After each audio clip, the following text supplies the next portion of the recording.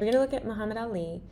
I was able to watch his documentary in our very, very long flight. Shankar and I are in Bali for the next week or so. And it is one of the most fascinating cases I've ever seen.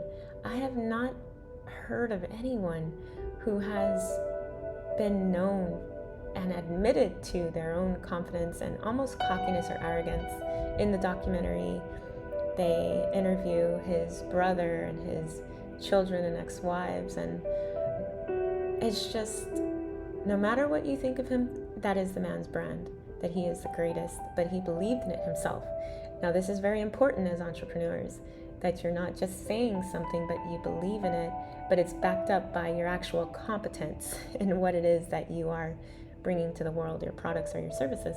And he knew he was the greatest, and I think he was 18 when he won his championship in Rome for the Olympics. So let me just go over his bio really quickly that I've prepared for you. So Muhammad Ali, we know him as, but he was born Cassius Clay. I remember that as well. Iconic. It's a very interesting name. Cassius Marcellus Clay.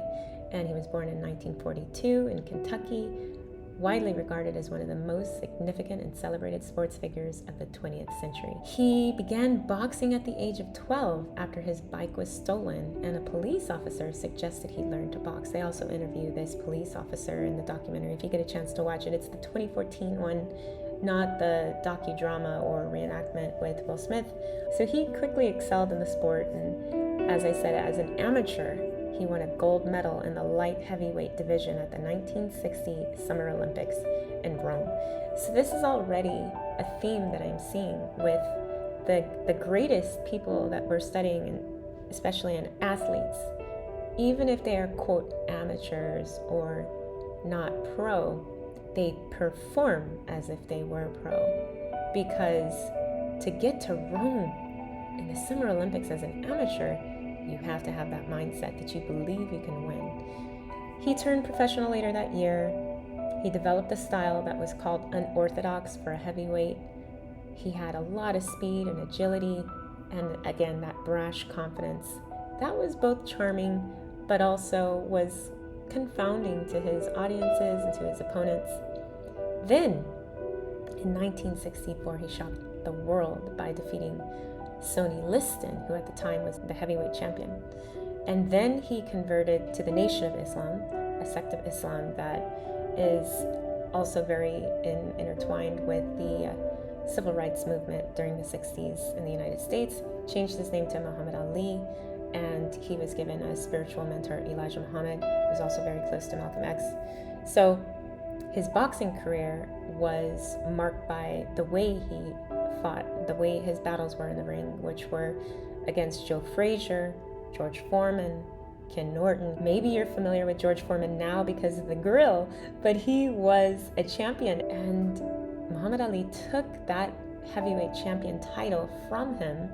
He's the only 3-time lineal heavyweight champion. He won the title in 64, 74, and 78. He fought against George Foreman in Zaire. That was known as the Rumble in the Jungle. Rumble in the Jungle.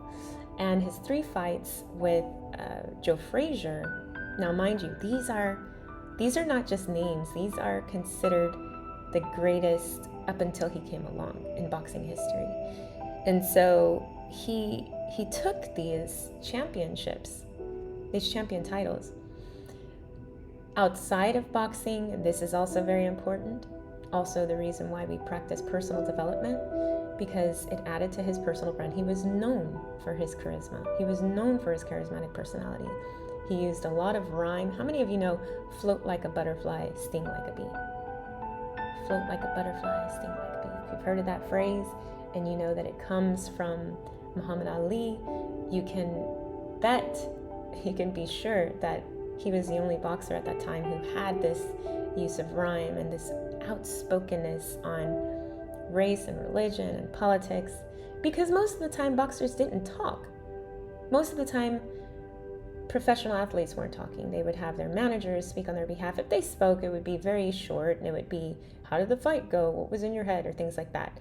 But In 1967, at the height of the Vietnam War, he refused induction into the army, and he cited his religious beliefs in opposition to the war. He later got arrested, and he was stripped of his boxing titles, and he had a 4-year absence from the sport because of those legal battles.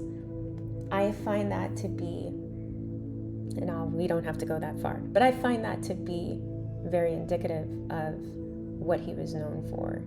In any case, he was outspoken. I mean, he was arrogant. He was, I'm gonna beat ya. I'm the greatest of all time. And I'll play a few clips so you can hear that. But his actions as a conscientious objector to the war resonated with the broader counterculture movement. And that made him a symbol of resistance to the war. Why is this important? We have some things, again, it depends on how far you want to go and what your field is and what your brand is, but we can't be afraid to speak out because you will resonate with people. You're going to learn that at the challenge, not how to be a conscientious objector or counterculture movement, but you're going to learn how to be authentic, how to convey your message, and how to resonate with a broader audience, because that's how he gained fans and people who believed in him, which you can believe that also was a part of his psychology. He had the community on his side, people that wanted him to win. He was a champion for peace and humanitarian causes, and he was an icon of the civil rights. So don't be afraid to speak up. Don't be afraid to challenge yourself with uncomfortable things. Go to yougrow.club, sign up, get involved in your own success. Get involved in your own growth, personally and professionally, and show up on LinkedIn in a way that resonates with people.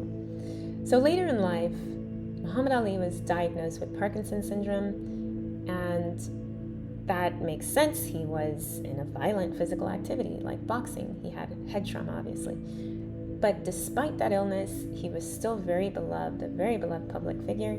He traveled the world, and by the way, ruling was overturned by the Supreme Court, fortunately, and he never did have to go to jail.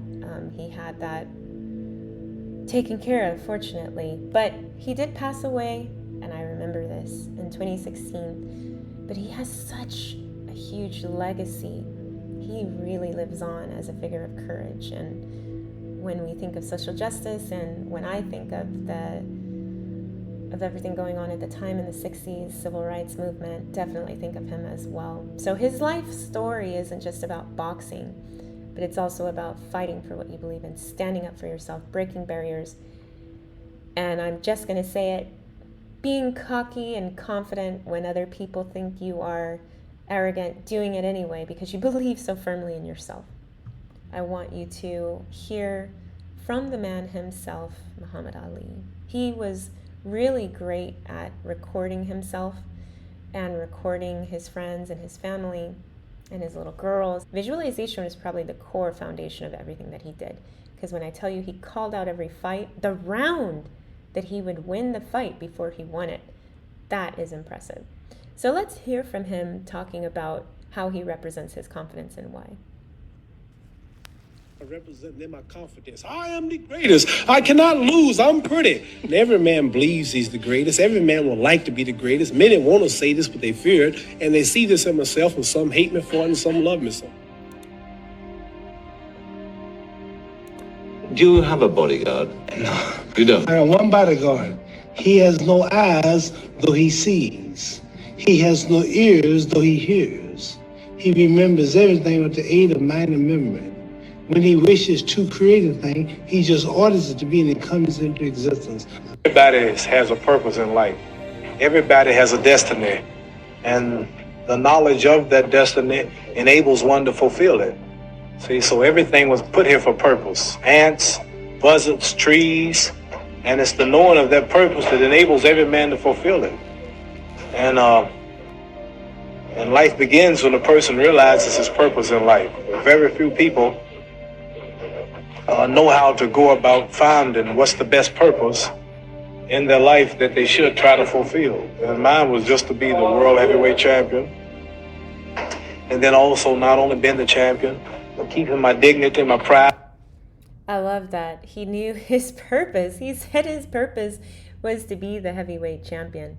Show of Hearts, if you find that to be pretty compelling and fascinating, that someone who made it that far in terms of boxing career with his championships, making it to Rome, doing all of these things, you can clearly see in the way he speaks, he has such confidence in himself that you couldn't tell him anything different. And I think there's a lot of inspiration we can draw from him, because him declaring, I am the greatest, he lived every word. So entrepreneurs, we're often told to be humble, but there's power in acknowledging your strength. There is power in acknowledging your strength. Give me a heart if you believe that and agree. And we just need to tap into that confidence into our personal lives. I mean, he would say things, I'm young, I'm handsome, I'm fast, I can't possibly be beat. Imagine being a black man in the 60s saying this. Some of you can't, but maybe you lived it. I don't know, but I'm just telling you, that is not something you heard every day. Well, you got to understand how courageous this was and how forward-thinking this was and how risky it was and dangerous to be saying this. But we are in a better position. Ours isn't about the going against the world so much as it is about facing our own daily bouts. We have pitch meetings, we have product launches, we have a relentless grind, we have sicknesses to overcome, family we got to deal with, we got Shankar and I are doing the time zone Tetris thing. But whatever it is, we have to cultivate an unshakable belief in our vision and capabilities. And so what mindfulness-based stress reduction, which is what we believe in when we are practicing our affirmations and visualization and breathing techniques, we're able to overcome and override some of the things that happens to us in our physical body. But what that tool does is help us balance our confidence with humility. So here's a tip. Start each day with a mindful affirmation. Stand tall, breathe deeply, and say, I am the greatest in what I do. I am the greatest in what I do it. Feel it, believe it, but also remain grounded in the present moment and keeping aware of your journey, your learning, and your growth. Some people are going to call you arrogant, just as they did with Muhammad Ali, but there's a fine line between arrogance and a well-founded self-belief. Remember, Ali backed his words with action. So as we navigate our own business challenges, let's make sure our confidence is always coupled with competence. I'm going to keep saying that. All right, time to play another clip. I hope you enjoyed that one. Here is Muhammad Ali being interviewed after defeating the famous George Foreman. Show of thumbs or hearts if you remember or know of George Foreman.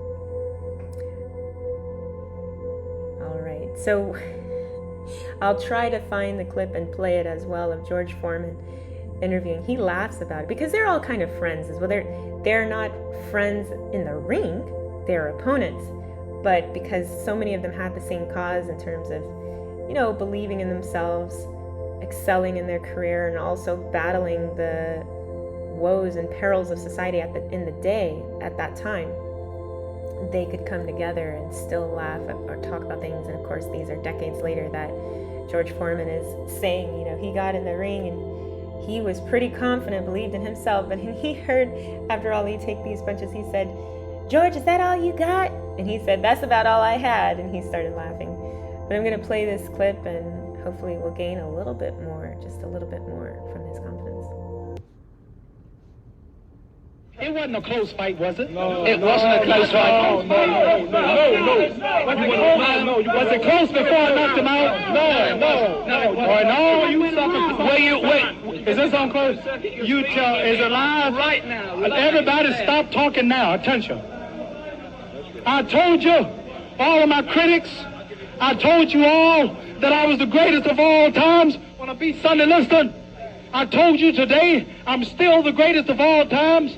Never again defeat me. Never again say that I'm going to be defeated. Never again make me the underdog until I'm about 50 years old. Then you might get me. But I didn't dance. I didn't dance for a reason. I wanted to make him lose all his power. I kept telling him he had no punch. He couldn't hit. He's swinging like a sissy. He's missing. Let me see your box. I hadn't started dancing yet. You can't say my legs are gone. You can't say I was tired, because what happened? I didn't dance from the second round on. I stayed on the ropes. When I stay on the ropes, you think I'm doing bad. But I want all boxers to put this in the page of boxing. Staying on the ropes is a beautiful thing with a heavyweight when you make him shoot his best shots and you know he's not hitting you. I would have gave George Foreman 2 rounds of steady punching, because after that he was mine. He was falling, he was missing. I don't know if I'm going to fight again or not. I'm going to retire as of now.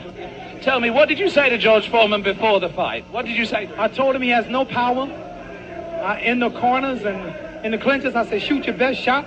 I'm going back to the ropes. They told me he was strong. Didn't I look stronger than him?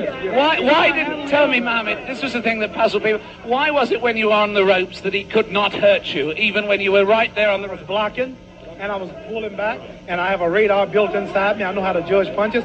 Didn't I tell all of you out there on your local radio shows, mostly black stations? I told you, I'm going to float like a butterfly and sting like a bee. His hands can't hit what his eyes can't see. So that's what happened. That's what you said to me. But tell me now, are you really going to retire, Mohammed? I'm seriously thinking about retiring. There's nothing else for me to fight. I told her, well, I'm going to retire. I'm going to hold the title for a few months. They took my title unjustly. I told you, I'm the real champion. I told you, I'm the champion of the world. All of you bow. All of my critics crawl. All of you suckers who write the Ring magazine, Boxing Illustrated, all of you suckers bow, because the stage was set. You made him great. You made him a bad Joe Louis. You made him a hard puncher. But I want everybody from this moment on to recognize me as the scholar of boxing. If you want to know any damn thing about boxing, don't go to no boxing experts in Las Vegas. Don't go to no Jimmy the Greek. Come to Muhammad Ali. I am the man. I find that to be amazing. Show of hearts if you like his speech, and you can see now why everyone thought this arrogant so-and-so, this cocky son of a gun. But his greatness was undeniable.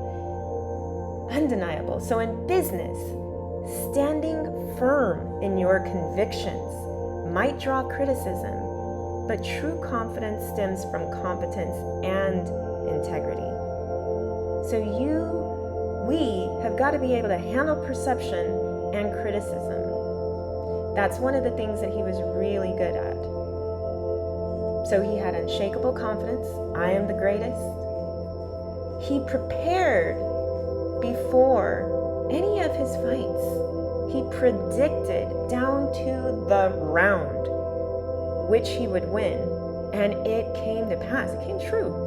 So there's this meticulous planning and an undying faith in vision, in your vision. So you can see now why, I can see why his brother and other people around him would say this was just boxing. I mean, he could have been great at anything, because whatever he dedicated his time to, he conquered. And that brings up another point, which is, again, going back to the competence, where you're putting your energy, where you're investing. And that could be the reason why you should join the challenge for YouGrow.club, because once you start to focus on it, and we know that this is science, then you start to see improvement and growth. It's a very simple formula. So I want to, because we're running out of time here, there's so much that we could talk about with his positive affirmations, his self-talk, albeit cocky talk. I love it. I think Shanae probably loves that as well. Shankar, I'm sure you have something to say. But when we bring it back to mindfulness, practice mindfulness to maintain focus. Reduce your stress and stay grounded. And try to be disciplined in your work ethic. Dedicate yourself fully like Ali did to boxing. Guarantee you that is the greatest mindset right there. So I'm going to open it up.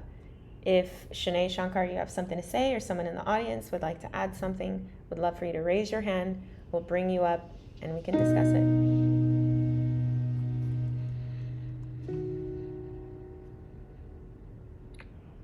mean, it's certainly a very inspirational character, and for me, the biggest takeaway, or what I am inspired by, is his willingness to be bold and to announce and declare his victories, to speak his power into existence. I mean, that must have been even... I know nowadays sometimes it's difficult to have strong and bold language on social media and in public, and sometimes it's just needed to say things the way they are. It's really a commonality between all the people that you are featuring, is that they are not shy about saying what they think needs to be said, and it's something that I believe is necessary to learn for a lot of us, including myself, because we have grown up, or at least I have grown up in an environment where that is not necessarily desired. But if you have a vision and a mission and a message, you need to learn how to speak your truth. And it's very, very inspirational for him to have done that as a black man in the 60s. And I do think that with our constant endeavors of being publicly visible online to share our knowledge and our gift with the world, we do need to learn that.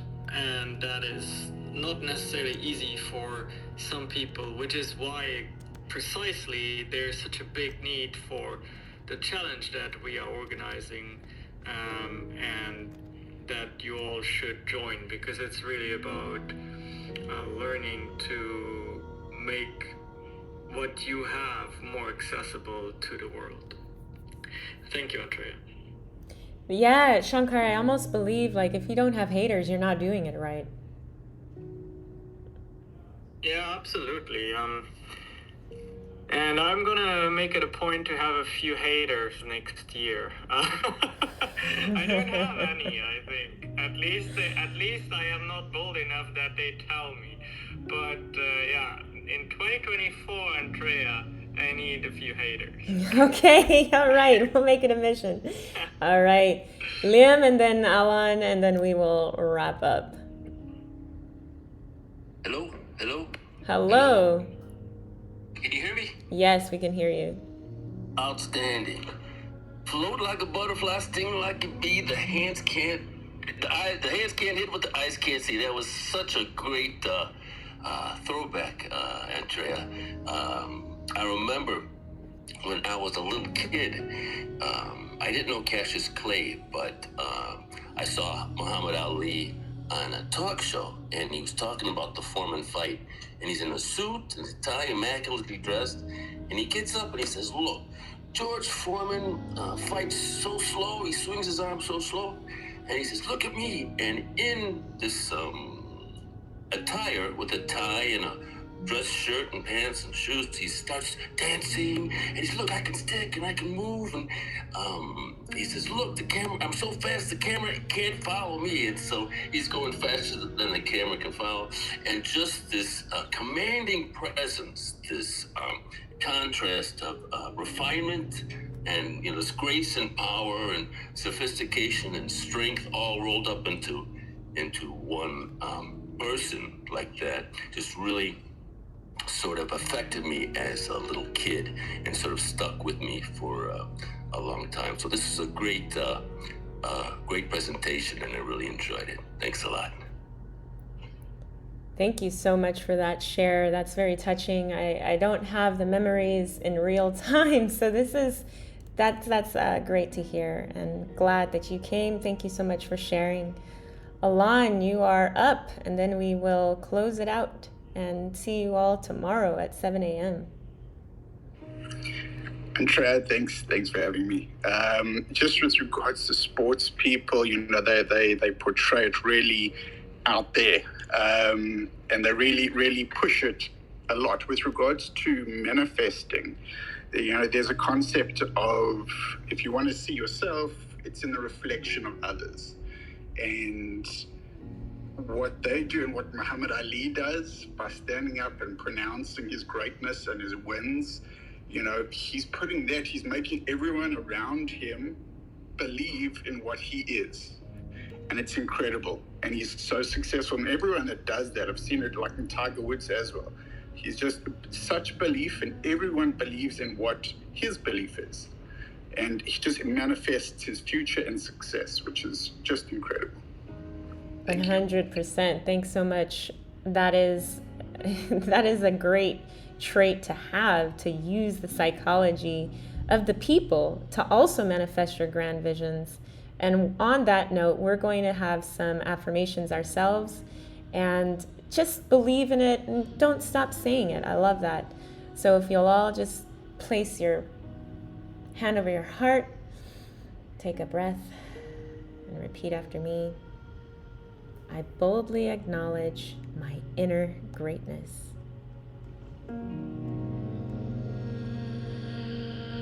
I manifest grand visions through sheer personal will.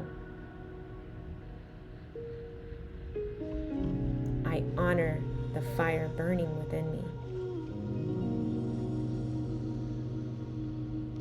I trust myself for breakthrough.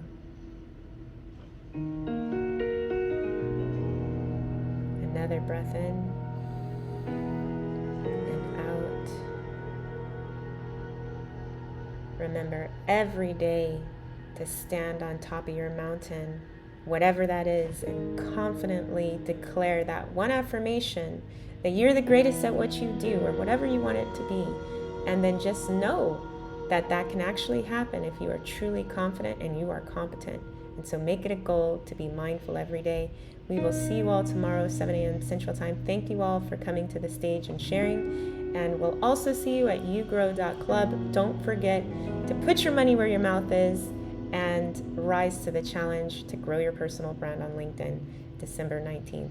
We'll see you tomorrow, 7 a.m. Central Time. Have a wonderful, lovely, mindful day. Bye-bye.